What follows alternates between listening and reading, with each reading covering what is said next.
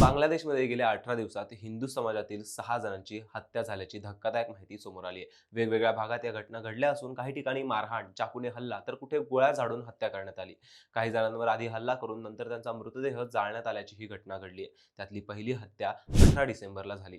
दीपू चंद्र दास यांची गर्दीने मारहाण करून आणि मृतदेह जाळून हत्या केली. दुसरी 26 डिसेंबरला अमृत मंडल यांची हत्या झाली.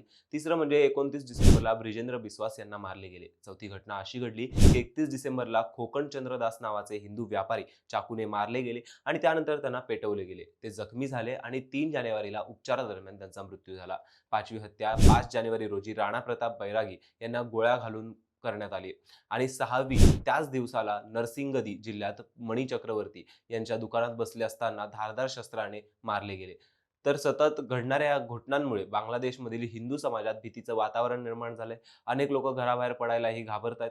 आमची सुरक्षा धोक्यात आहे असं तिथले हिंदू नागरिक सांगतायत. सरकारकडून या घटना साधे गुन्हे असल्याचं जरी सांगितलं असलं तरी अल्पसंख्याकांवर वारंवार हल्ले होत असल्याने प्रश्न उपस्थित होतोय. एकंदरीत पाहता बांगलादेशमध्ये हिंदू समाजाच्या सुरक्षेचा मुद्दा पुन्हा एकदा गंभीर बनला आहे.